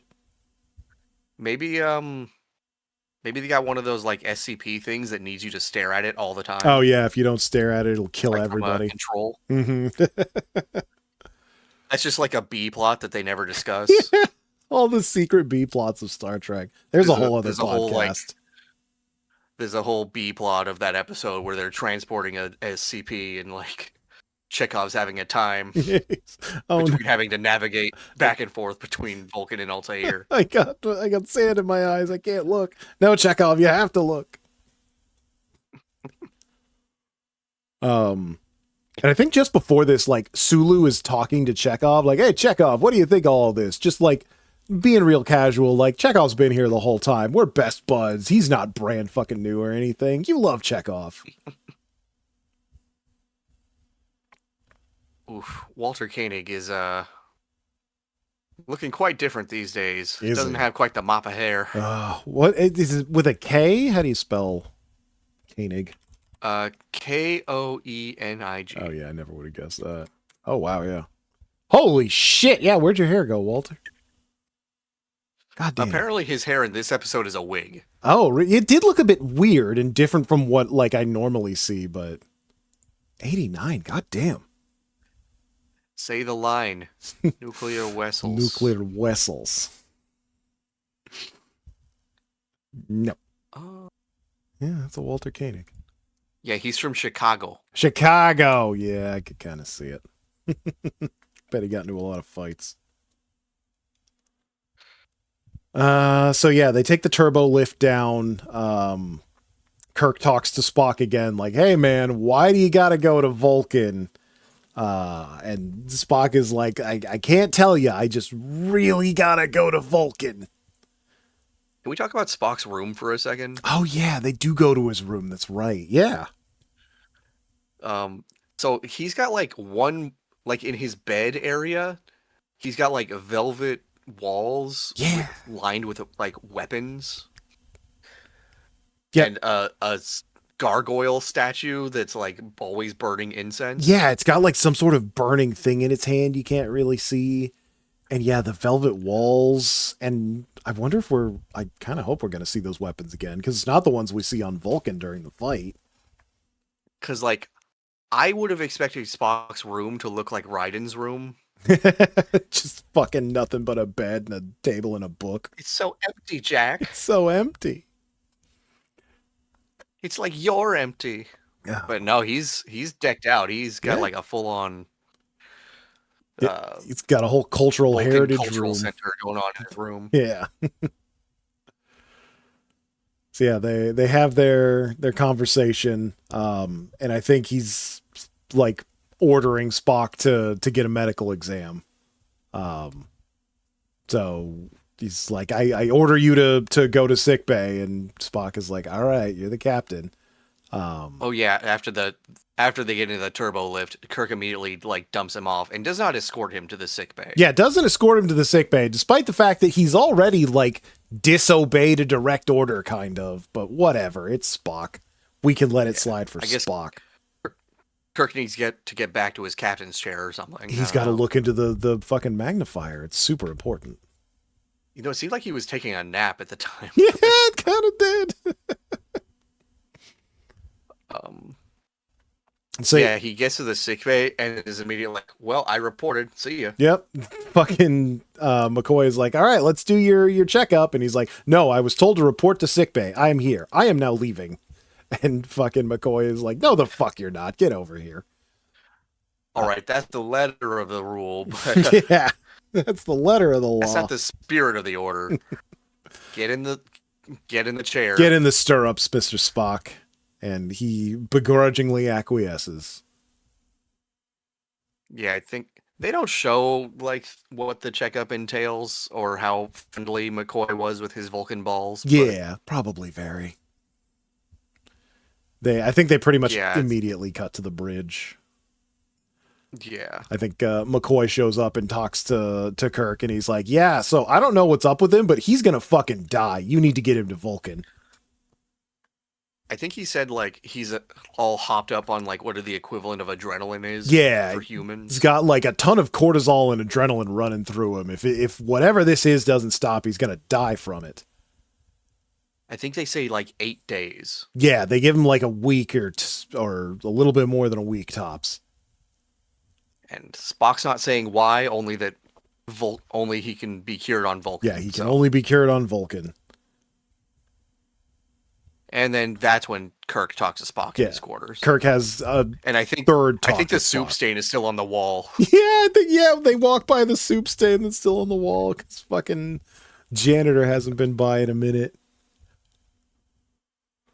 Maybe they left it up to like remind Spock, Yeah, hey man. stop being such a dick, bro. And Spock's like, well, it's not my duty to clean the hallway. Yeah, it's not my fucking job. I'm a science officer. Yeah, Kirk has I think they get real cagey about the birds and the bees. yeah, he finally gets him to open up a little bit, and he's like, is this about the birds and the bees? Vulcan doesn't have birds or bees. But yes. It's Spocky 1.0. I think at first he's like, yeah, this has to do with biology. yeah, it has to do with like, biology. Biology? By biology, do you mean boing, boing? Your space balls? And I think Spock like makes a reference to like salmon being like, hey, they gotta go back to home to spawn. Yeah, So do I. Literally brings up salmon. It's like they gotta go back to their home, and so do I, motherfucker. So get me to fucking Vulcan. But yeah, apparently pun far is not something that Vulcans discuss with outsiders because it's a deeply shameful thing, It's even amongst themselves. so horny, it's shameful. We can't ever talk about it. No one's ever talked to a Vulcan, or fucked one for that matter, to find out. It does make me wonder because like this was a marriage that was set up by Spock's parents. Like, but his dad married a human woman. Okay, yeah, I forgot which one of them was human. Yeah, I mean, maybe it was just his dad. They don't really get into it, but yeah, he does say that like his parents set it up. So that's weird, but don't question it. Yep. I forget why, but Spock fucking just one hand breaks a whole ass monitor. I think that was they try to contact Starfleet again, like, hey, Spock really needs to go to Vulcan. It's super important. I'm patching him in now, and Starfleet's like, I don't fucking care. Get your ass over here. Fuck Vulcan and fuck you. Yeah, I forget why he has that crash out, but he like totally just smashes a monitor. Yeah, just like bare hands. One hand just fucking annihilates it. It honestly looked like that real or cake kind of video. Yeah. God damn it, it's a cake monitor again. I think at some point Kirk decides to go back to Vulcan to Chekhov's chagrin, and Nurse Chapel goes to tell Spock about it, and she's all teary for some reason. So there was one more with Spock and Sulu where they're like, hey, how much you want to bet that they're going to tell us to go back to Vulcan again? And Chekhov is like, yeah, I should probably start drawing up the fucking map in case they do. And then Kirk is like, all right, let's go to Vulcan. And Chekhov's like, well, I already got it drawn up. And then, like you were saying, Nurse Chapel goes to tell Spock the good news. Yeah, they have a weird like exchange where he kind of doesn't really apologize for treating her poorly. Yeah, it's like kind of like, well, if I can't go home, I can at least have sex with you, I guess. And I guess I'm sorry, but in a weird Vulcan way. And then she's like, no, we're going to Vulcan. It's going to be fine. And then he's like, hey, make me that soup. Yeah, hey, can you make me that soup that is still on the wall right now? And she is so happy to make this man soup. And then he gets a call from his wife and immediately puts her in the cuck chair in front of everyone. In front of, like, put her on screen. Like, they contact the Vulcan, like, landing party.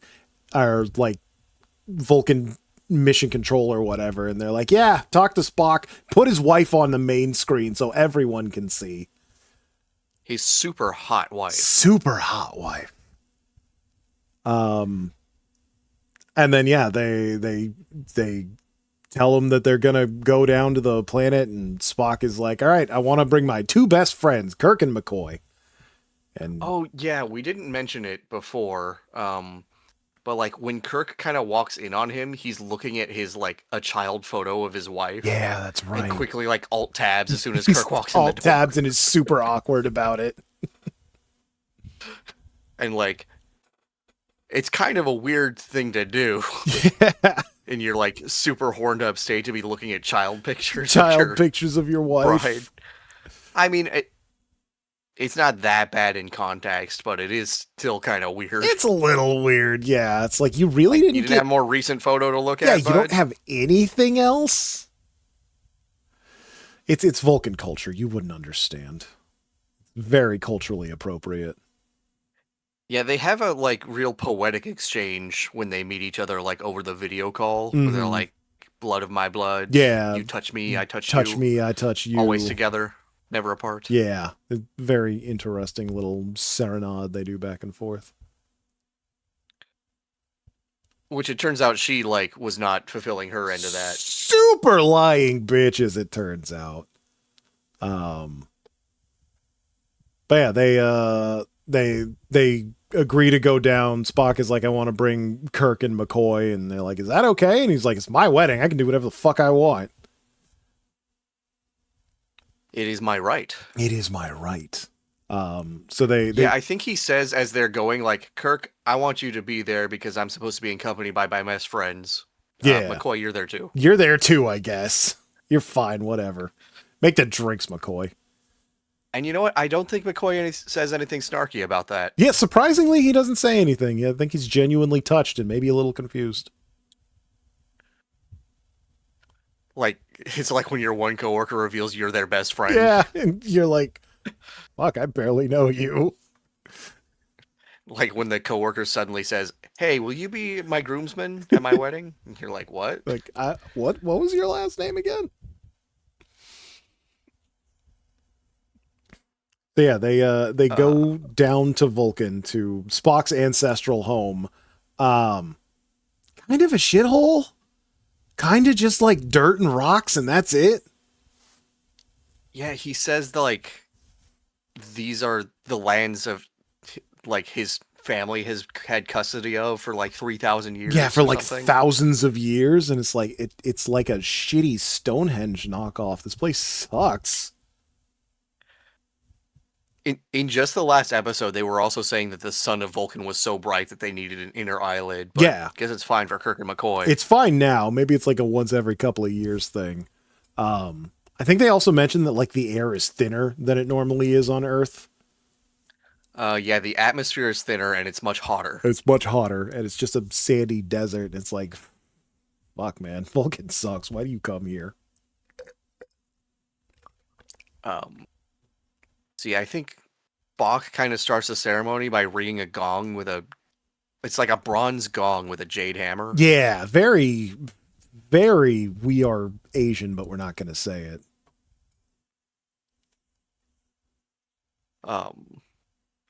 Which is weird because they all have like, what, Russian accents? A little bit, I feel yeah. Like T'Pau had like a Russian accent. Yeah, she kind of did. It seemed like, and I couldn't really put to Pring's accent, but they did seem to have like some sort of accent, and maybe that was on purpose. Like, hey, sound like not American, but like you don't have to unify it. They also use these a lot. Yeah, these and thous. They weird speech patterns, but not a different language. They're all speaking in English, even to each other, which you'd think they'd speak their own language, but whatever. Yeah, that's for us, the viewer. I suppose so. But yeah, the basically the head of planet Vulcan shows up to Spock's wedding, and Kirk's like, "Oh shit, that's pretty impressive." T'Pau. She's like, "Oh, I guess you're pretty important." It would be like if Obama dropped in to officiate your wedding. Yeah, just showed up to your wedding. Like, imagine your coworker invited you to his wedding, and then Obama shows up to officiate. And you're like, what? What? Oh, what? You okay? I knew you were kind of rich, bud, but okay. Yeah, but all right. Free drinks, you say? So yeah, T'Pau shows up with T'Pring and some big Vulcan guy and a bunch of other people in weirdly kind of heavy on the nipples costumes. Like, there's like her like coterie of like Vulcan guards, Yeah, and there's also T'Pau's like Vulcan guards who are much more Mortal Kombat looking. yeah, and T'Pring is like being carried on a throne, like kind of like I don't want to A quite say palanquin or barbaric, something. but like weird for how logical they are. Yeah, uh, the Vulcan weapons are interesting too, because like the main bodyguard or whatever, the Mm. executor, has like a giant butter knife. Yeah. Yeah, they didn't even use those. That was a completely different weapon for the combat too. I forgot about the butter knife. But Like, yeah. Anyway, what happens next? yeah, I think the whole thing is supposed to be like just very very cultural, very old. This is the way it's Yeah, been for it's hundreds supposed to of feel like years. an alien culture. Yeah. Um so yeah, she shows up, she talks to Spock about some stuff. And then I think Spock rings the gong or whatever, and then T'Pring goes to ring the gong and signal that the marriage is done. But then she doesn't, and she demands trial by combat, which is her right apparently. Nobody talked about that. I guess it doesn't happen often. I would guess not, but I guess Spock is just that neglectful of a husband. I mean, yeah, he never even talks about his wife, which he tells everyone on the bridge that that's his wife, but it's technically not true. It's like his like super engagement. It says I think more he than a describes it as betrothal, like but less than a more, marriage. yeah, more than a betrothal, less than a marriage, which, sure. Yeah, okay, whatever. I feel like that's kind of a binary state, but okay. Kind of a betrothal, but whatever, dude. We call it a situationship. It's a Vulcan situationship. You wouldn't understand. But yeah, she invokes her right to combat, and it seems like she's gonna choose big Vulcan guy that somebody the camera has looked at multiple times. But instead she chooses Kirk. Oh, Yeah, I think Kirk's like, do I have to? And they're like, no, but if you don't, it's gonna be that guy probably. yeah. There's like, And like McCoy's like, yeah, he can't take that guy in the state he's in right now. yeah. McCoy is like, Because Spock is like over in the corner, like smeagling. yeah, he's just fucking like, ah. He's like got his like hands interlinked with each other, and he's like shrimping over in a corner. Yeah. And nobody like I thought this was going to be like the whole race, but it's just Spock that's like this. I think everybody's on their own cycle. Yeah, it could be everybody's running on a different clock. Uh, Um, I feel like the acting direction they gave to Nimoy was like, yeah, act like your balls are being hit constantly. Act like your balls are being hit and you're going through heroin withdrawals. Because yeah, Spock is very visibly distressed at this point. Like he's ultra blue balled. Yeah, but like also so much so that he can't really communicate with Kirk. Like he can barely get out a couple of words. Just absolutely fucking lost in the sauce. Oh, looks like we have some viewers. Yeah, we do. Hey, what's up, Blizzard? Ravy, I saw you a while ago. If you're still here, just trying to stick with everything since it's a podcast. Yep.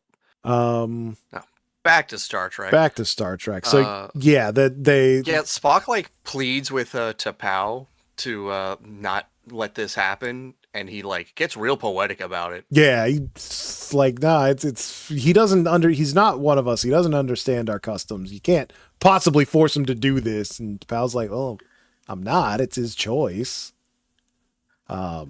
Like T'Pau is like, "Hey man, are you a Vulcan? You seem really proud of your Vulcan heritage, but you're not acting like a Vulcan right now." Yeah, it's like, are you Sounds like, really a My Vulcan? blood burns. My blood burns, Vulcan. It's just like, yeah, I guess It's an interesting cultural thing that apparently to be a Vulcan, you got to be on fire inside, Yeah. which is not something they show No, it's or very want to logical. show. You got to hide it, but you got to be on fire. But that's kind of the interesting thing about their race is that no matter how cool they are on the surface, they burn inside. They're hiding a storm within. So yeah, I guess Kirk is like, yeah, sure, I'll fight Spock. Whatever. I fought him before. I could take him. What are we doing? Like pillow fight or something? Yeah, Kirk's like, well, maybe I can knock him out harmlessly, and McCoy's like, okay, bud. Yeah, just like whatever you think, bud. And then after he accepts, it's revealed that it's a fight to the death. Now that he can't back out. Yeah.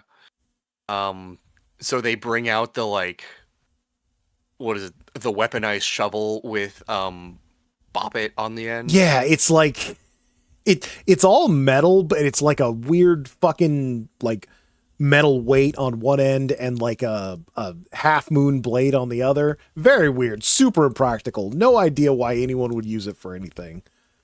Seems incredibly unwieldy. Yes, it seemed like probably worse to wield than a fucking like scythe, which as we all know is the worst and coolest weapon. To be clear, like you could have one or the other and it'd probably be okay. Both at the same time just makes it a bad weapon. Yeah, like if it was real, they would have to put a fuck ton of effort into balancing it because it looks incredibly unbalanced. Yeah. But yeah, it's a weird alien weapon. I'm sure that's what the fucking prop designers were told. At some point in the fight, they bring out a second set of weapons too that were even more inscrutable. Yeah, so because it was just like it was like a seatbelt. Yeah, that one was fucking weird. It was just like it wasn't a rope. It was like a band. Yeah, it wasn't quite a rope shit on the end of it. I know in the Futurama thing that we watched, it seemed like there was a thing on the end, but yeah, I don't think there was anything. I think it was just like a big fucking belt. Yeah. Yeah, that one was weird. Yeah. Well, they bring those out after Kirk gets his like performance enhancers. Yeah, so they fight a little bit. Spock immediately like almost chops off Kirk's nipples. He rips a big old hole in his shirt so you can see his nips the whole time. Yeah, he starts bleeding from that pretty profusely. Yeah, he starts bleeding a lot. But he keeps fighting because he's James Tiberius motherfucking Kirk. And then eventually T'Pau stops them and he's like, what, is this some sort of Vulcan chivalry? I don't need this shit. But then McCoy is like, he's human. He's not used to this atmosphere. Let me give him some performance enhancing drugs and make this a fair fight. And T'Pau's like, yeah, okay, that's fine. Whatever. We're here for a show. I'll allow it. Mm-hmm. So he goes up he shoots up Kirk. They fight with the belts. With the drugs that like he didn't know he would need. I don't know why he had those drugs on him. Even more so when we find out what the drugs actually are. Baby, McCoy's always strapped. McCoy's always ready to drug somebody. Uh-oh. Like it's like the death tooth from Metal Gear Solid 3. Yeah. You just have it on you. You just got it ready, baby. Always. You never know when you're gonna need to fake somebody's death. Yeah. Gotta have it at a moment's notice. So yeah, he dopes up Kirk and he's feeling better, and then I guess that's round one of the fight over. So then they bring out the weird belts. And that fight doesn't go nearly as fast. Like Spock like immediately whips Kirk out under his legs. And they tussle for a little bit, but then like Spock's almost got his head in the ceremonial fire, and then they flop around again, and then he's choking Kirk out. Yeah, I think he basically chokes Kirk out and believes he's killed him. Yeah, he chokes Kirk out with the belt. And it seems like he's dead. I think McCoy is like, yeah, no, he's dead, Jim. Oh, wait.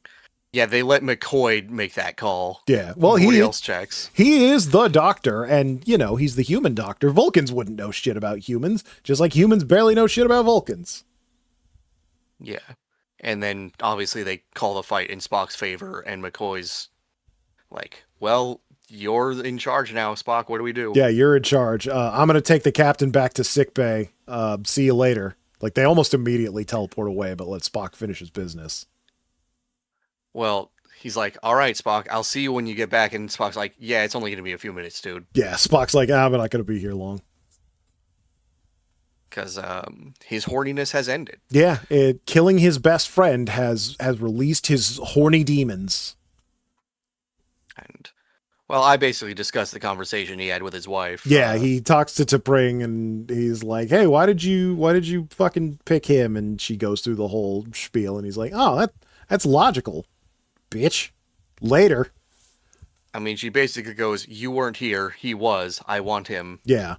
They do. There is one thing that he brings up, which is interesting, where she's like, you're a legend, Spock. You're like the Vulcan, and I don't have what it takes to be your wife. I'm afraid to marry you, basically.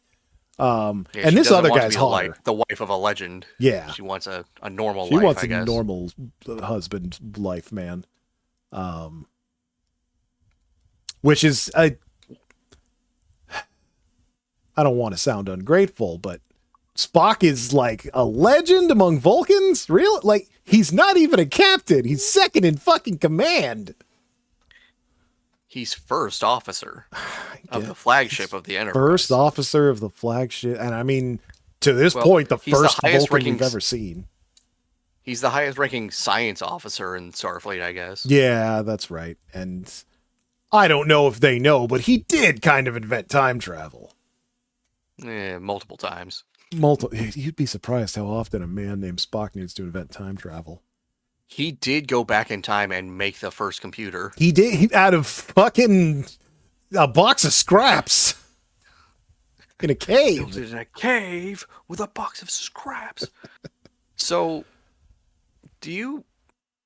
can you tell why this episode is called Amok Time? Because I don't. Yeah, I was going to ask you. I'm like, there's no time travel. There's not that much amucking, if I'm being honest. Is it? They were just It does not make sense to me. Yeah, no, it's time for amok? What is the definition of amok? Maybe there's something we're missing. But, I can't tell you. I don't know why it's named that way. In a violently raging, wild, or uncontrollable manner. Okay, so it is time for Spock to be amok. I see. Possessed with or motivated by a murderous or violently uncontrollable frenzy. Yeah, I'll admit, my understanding of the word amok was not so fucking frenzied. I thought it was I thought it was a more playful word. Yeah. Well, I guess that title makes more sense now. Yeah, we learned something today. It is the time of amok. It is the time of amok, yes. It's amok time, baby. We're amucking, baby. We're amucking. Spocky want amok. Spocky want amok. Not anymore, though. He's done. He killed his friend. No. So yeah, he tells his bitch wife where she can shove it, and he teleports back to the Enterprise. Yeah, to which he's like, I need to turn myself in. I've been a bad boy. Not the first time Spock has ever done this, by the way. Fucking bitch. No. Spock's always doing bad things and turning himself in. Yeah. He's got like a fetish for that. He might have it, yeah. Spock's been a bad boy. He needs to be punished. He needs to be punished with soup. And as he's discussing the horrible crime that he's committed and needs to be incarcerated for, Kirk comes up behind him and is like, "Hey, what's up, Spock, buddy?" And Spock literally jumps for joy seeing an alive Kirk. Yeah, I think this is the first time we've ever seen him smile of his own volition. Yeah, that's true, actually. He's like genuinely happy. Normally, the Spock equivalent of a smile is like raising both eyebrows. Yeah, he does love those eyebrows.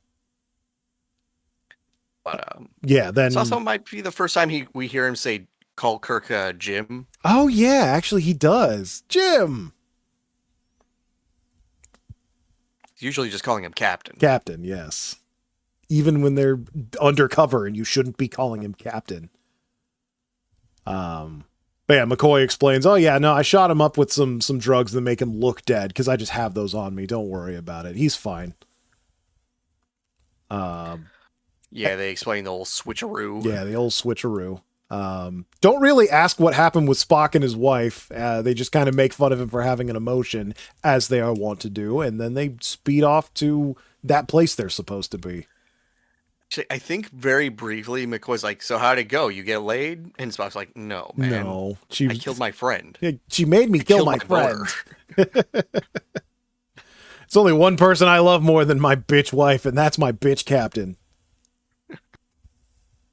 So, obviously, you can probably tell this episode may have been the start of the most popular yaoi ship of the 70s. Yeah, I could see that, especially with that ending. I believe the creator of like the Omegaverse has cited this episode as the inspiration for some of those mechanics. Did you just bring Omegaverse up on this fucking podcast, you asshole? God damn it. That's something I didn't I'm need to just know. telling you what Wikipedia is telling me. I've never meant this less. Defund Wikipedia.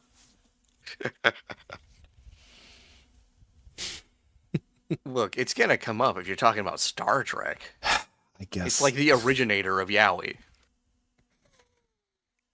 I thought you were going to say you can't talk about Omegaverse without talking about Star Trek. I thought it was trapped in fucking Tomodachi life for a second.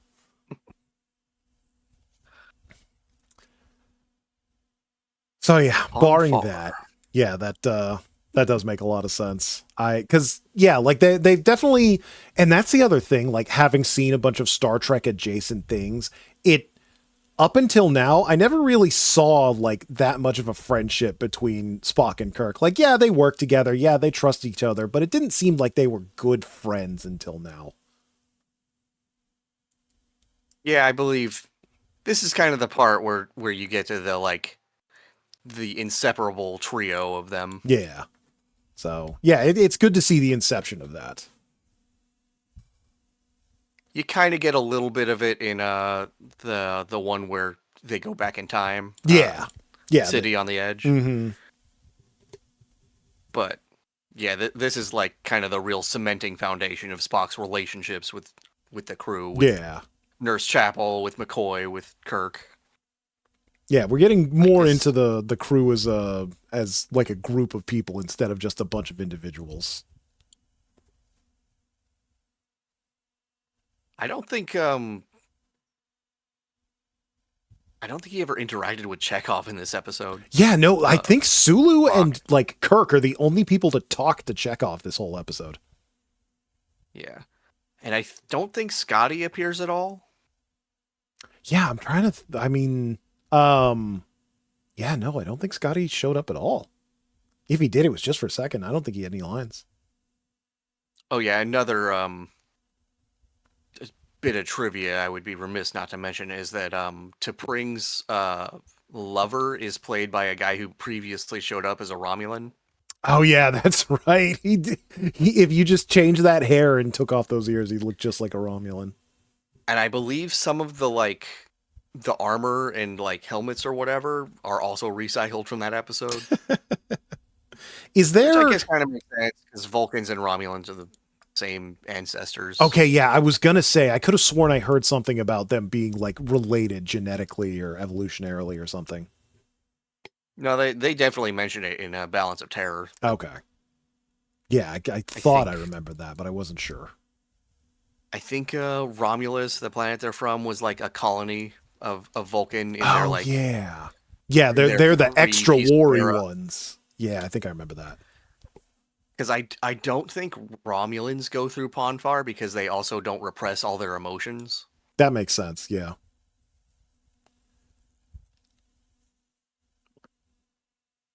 Like, it seems to be a thing that only happens because they're pushing down all of their horny for all of their life. They can't be horny even when there's so many women that want them from every fucking month place. Is No Nut November, and it drives you crazy. It drives you fucking crazy. But makes you very good at math. So good you can invent time travel. It's crazy. That's the trade-off, I I guess. guess, yeah.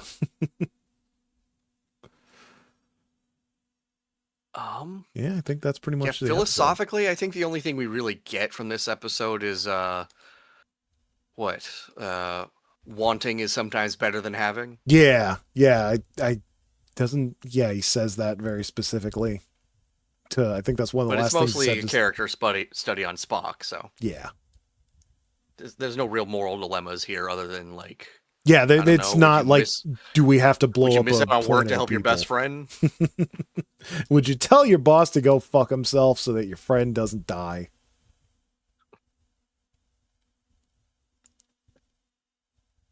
But yeah, we ready to Yeah, rate them? let's rate him. Guess we can talk about the third thing, but there's not much to say there. Yeah, we watched. I don't.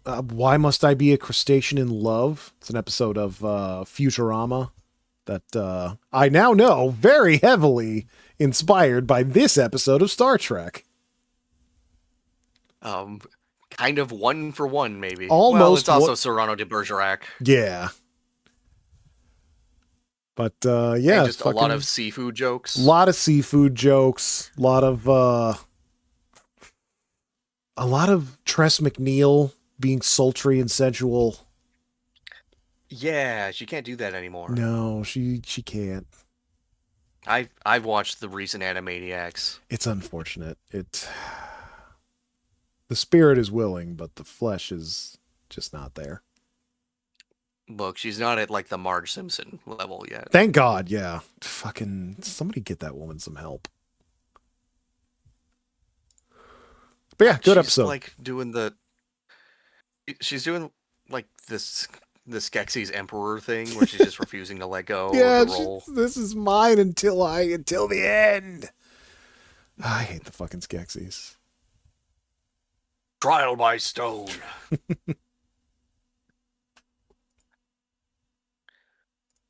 um, Yeah, that let's rate him. rate them. Operation Annihilation. Where should that go? Hmm. I wouldn't put it super high, but not super low. Yeah. Hmm.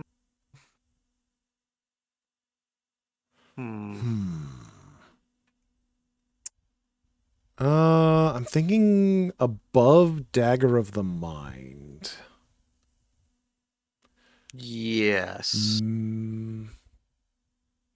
Yeah, I'm thinking above Dagger of the Mind, below What Are Little Girls Made Of?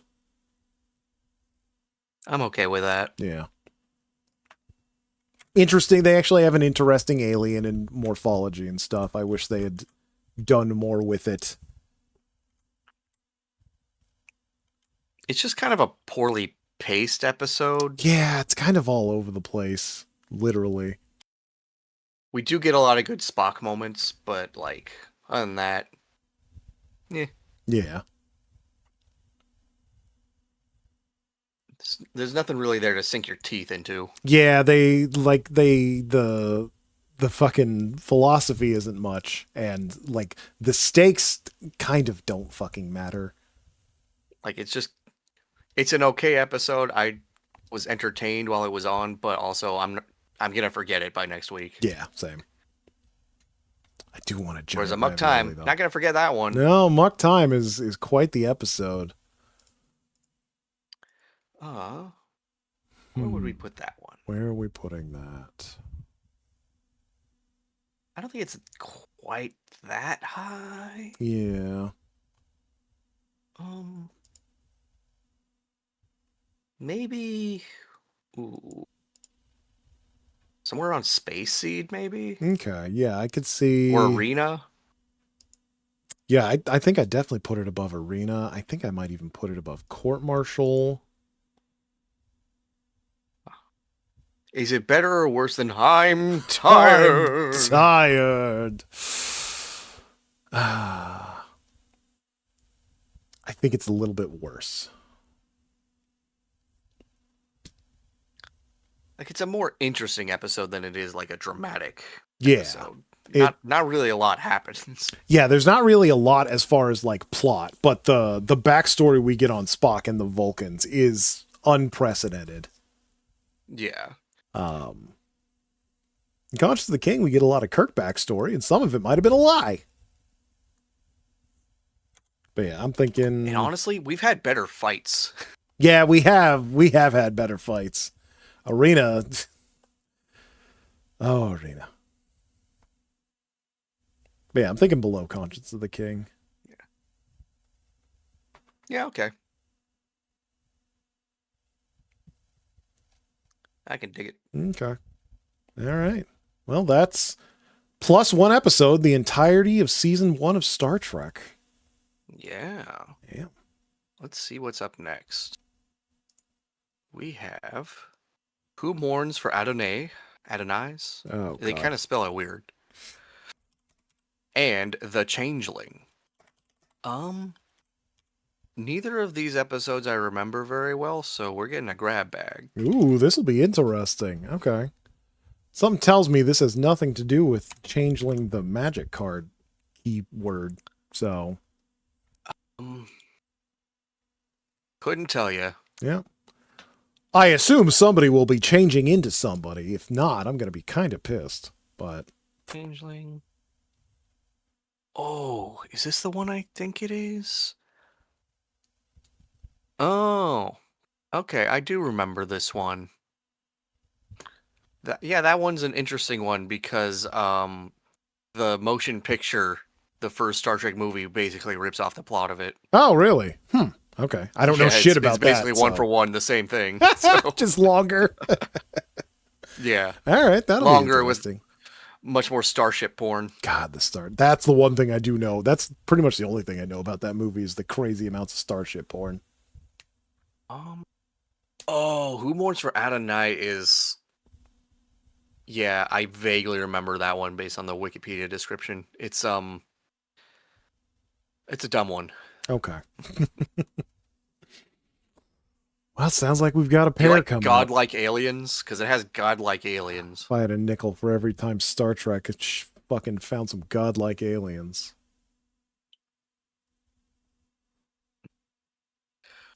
Yeah. Yeah. I think that might be the week after next because I'm...